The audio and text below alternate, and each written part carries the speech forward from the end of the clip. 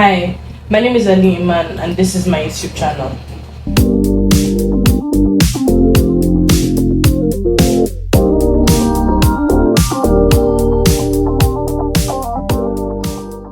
Now, so thank you for having me back on YouTube. Thanks for coming back to watch my second video. I uploaded my first video last Saturday and things are looking good, things are looking nice for us. So my first video, I introduced what my channel was going to be about, just introducing who I am and what my channel is about. It was a short 40-second video, so if you haven't watched it yet, please go watch that. So now this video, we're going to break things down. We're going to talk more about, perfumes, what they are, terminologies that we're going to use, what certain things mean, differences in concentrations and things like that. Things, you would want to know about perfumes, right, as a beginner. So obviously, I'm just a girl that loves perfumes, right, and has done a little bit of studying here and there. So I'm not like, a professional. I'm not like, a connoisseur. I don't know how to make perfumes per se. I'm just like, okay, this is something that I am interested in, and this is something that I want to share, right? Because it's important. Perfumes are important. You need perfumes in your life. They help, with your confidence. People respect you more when you smell amazing. They say you are dressed the way you dress, but I feel like you are dressed the way you smell first before any dressing. Do you understand? Because you could be looking all casual and whatever, but when you have like an amazing scent on, I will take you more seriously. Everybody will take you more seriously. Do you understand? And it's just like it helps you carry yourself in such a way that is just amazing. It might be hard for a new person to be like, okay, what do I like? What do I want in a perfume? You might not know that, but I'm here to help. So the first thing we're going to talk about today is what perfumes are and what they do for you. So like I've said, first of all, you have to know what perfumes are to you. You have to understand that it's very important. You can't just, I wouldn't recommend for anybody to just go and pick up a perfume and say, oh, okay, like just because. It's sad to me because you don't even know if you like the perfume. You don't even know if it does anything for you. You just spray it just because you don't even know what it is, right? So I would suggest that you do your research, obviously. Find the kind of scent profiles that you like, the type of scents that you like. You don't just go and be like, okay, this doesn't smell too bad, that's better. Like don't be oblivious about your fragrances, because your fragrances tell a story about you. They come from your personality. They are about you, so you need to make it about you. Do you understand? So you know your fragrance, know what you want out of your fragrance, know how, and also how you feel when you wear a fragrance. That is also very, very important. You have to take that into account. That you know what, I feel amazing when I wear this perfume. I feel like myself. I feel like a boss. I feel like whatever it is, you're trying to emulate and you're trying to wear on your sleeve. You need to. It's important to you. So I recommend going to a store, checking out some fragrances, have some samples. Sadly, in Nigeria here, a lot of drugstores, a lot of regular convenience stores don't have samples. So unless you go to the higher end stores and things like that. So that's why I'm here. I'm here to help you out. I'm trying to describe to you the kind of perfumes. Then you can have a little bit of an idea of what you may like. So now I'm going to be talking about some terminologies that we're going to be using in our videos, right? Some perfume terminologies. Like I said before, I'm not a connoisseur. I'm just a girl that's interested. So just little things here and there that could help. In us understanding what perfumes are and what we're going to be talking about. So the first thing we're talking about under terminologies are notes. What are notes? The notes are essentially different scent layers that make up a perfume, right? So example, vanilla or bergamot or what else? Patchouli, lemongrass, there are scent profiles, there are scent types that scent layers that make up a perfume, because sometimes you pick up a perfume and you're like, oh my god, this smells so sweet. What are the components of the sweet perfume? There might be vanilla inside, there might be tonka bean inside, there might be a cedar wood inside. Those are elements of a sweet perfume. Do you understand? So scent levels, essentially scent levels to a certain fragrance. So those and notes. So vanilla is a note. What's it called? Lemongrass is a note. I don't know why anybody wants to use lemongrass in a perfume, but I guess that's one of them. What's it called? Bergamot is a note. Cedarwood is a note. Sandalwood is a note. Peppermint is a note. Eucalyptus is a note. So things like that. So the next terminology is scent profile. So scent profiles are what perfumes or fragrances are categorized under. The sweet type of perfume, there's citrus type of fresh, clean and fresh, there's woody, there's oriental, there's spicy. So those are like all categories of like perfumes. It's like, oh, somebody says, oh, I like sweet perfumes. Maybe they like perfumes that consist of vanilla, honey notes, tonka bean notes, cedarwood notes. Do you understand where I'm coming from? Now I'm using the notes under the scent profile. How would I categorize this perfume, right?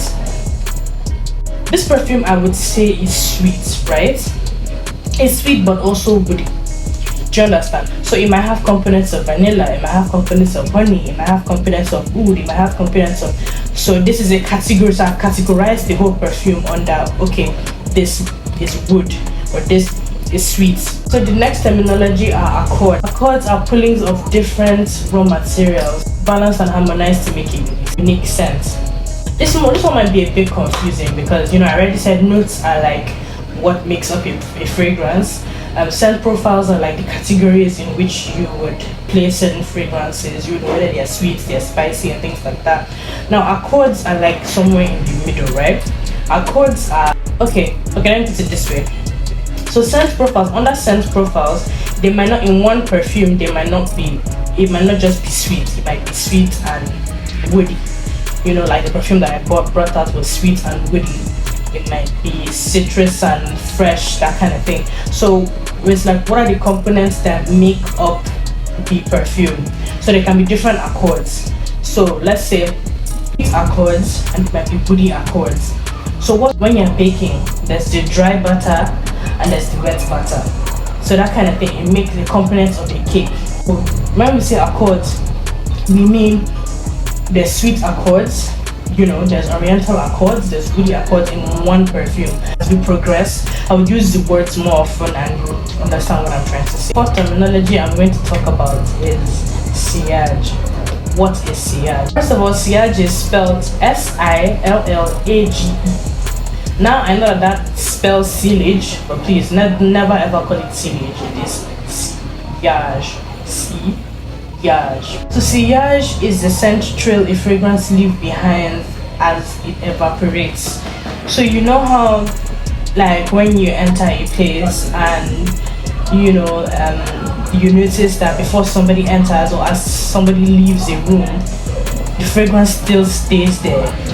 Like it's still, you know, it's lingering before and after the person comes in. That is what you call sillage. Do you understand? So when you're looking for a fragrance, that's something to look for.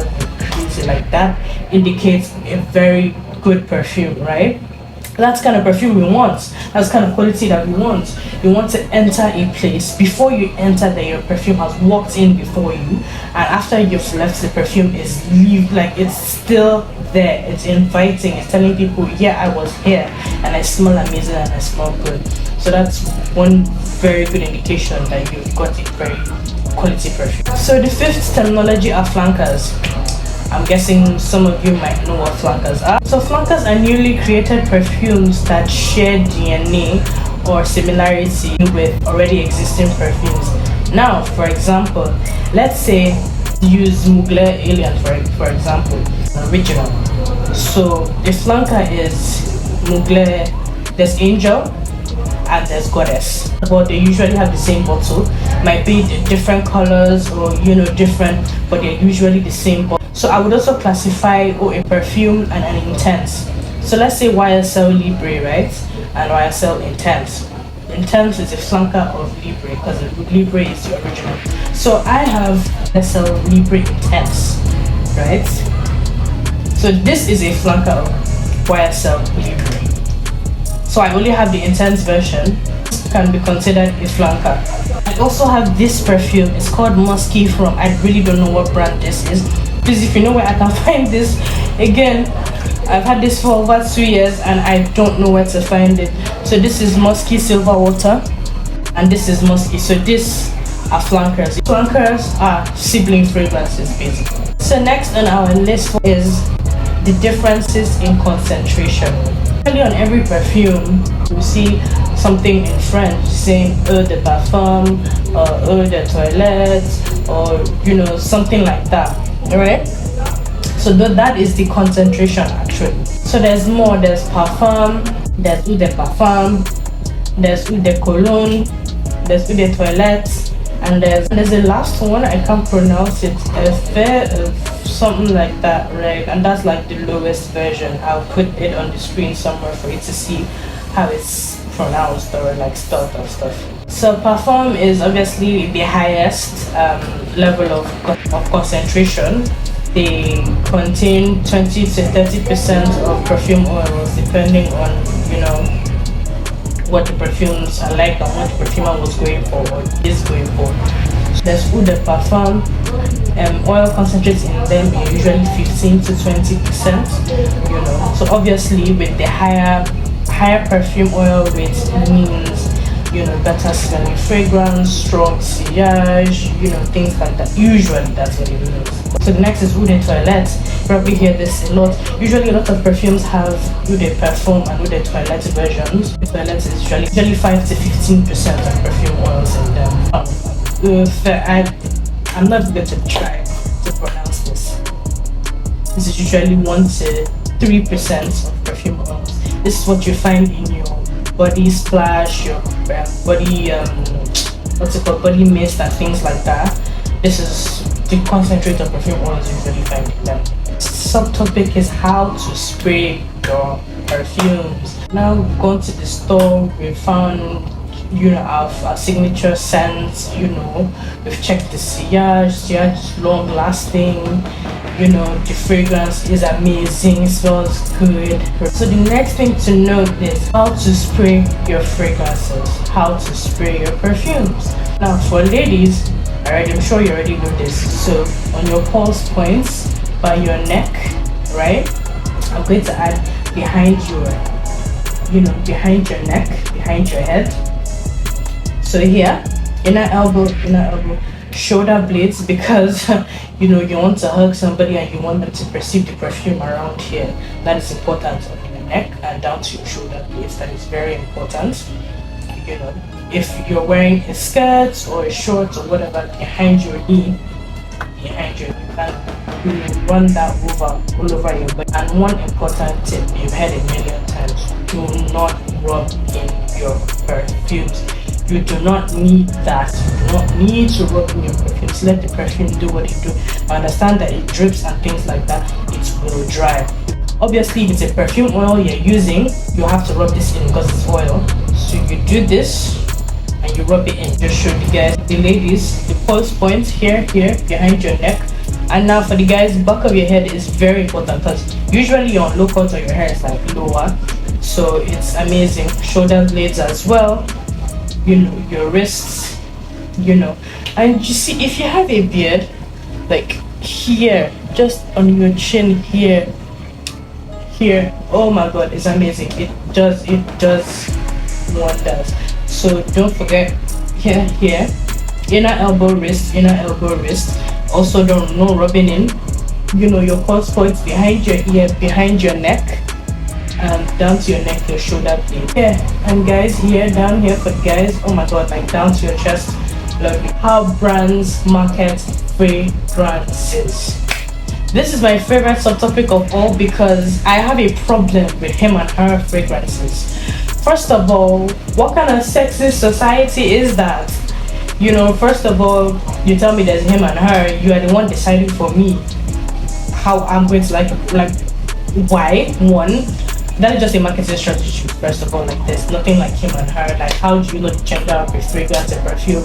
Because half of the same scent notes that they're putting in women's fragrances are components of what they're putting in the men's fragrances. So how are they they're just recycling scent notes, to make very unique scents, very unique perfumes, fragrances, which are beautiful to art. So why do you tell me that there's a there's for her and there's for him, right? And then that's one of them. Yeah, so like as I was saying, that's just a marketing strategy to just, there's nothing like, nobody's ever going to tell a guy, oh, you smell like a woman. Nobody's ever going to tell a woman, oh, you smell like a guy. The only way that they would do that is because they know the exact perfume that you're wearing and they know that, oh, it's written for men. That's the only reason that they'll come and tell you, oh, you smell like a guy, you smell like a secret. See, babes, guys, don't stress yourself don't think about it too much. It's basically just a marketing strategy. Just go explore. It doesn't make you any feminine or any masculine. It doesn't do any of that. Just go do what you need to do. Explore, find your sense. Don't stress about all this. Like, it's not even necessary. So the next topic is how to store your perfumes. That's something that you need to know. Perfumes are like wine. The longer you keep them, the more they marinate. They become deeper scents, and for years, months, they don't spoil. I don't think. They're good to go, and all you need to do is just keep them in a dry, dark area, right? Obviously, not under the sun. Don't do that. So that's all you need to know about perfumes. This is Perfume 101. I hope you learned something helpful, hopefully useful. So just keep tuning in because we are growing as a channel. Please like the video and subscribe to keep yourself updated. I'll see you in my next one.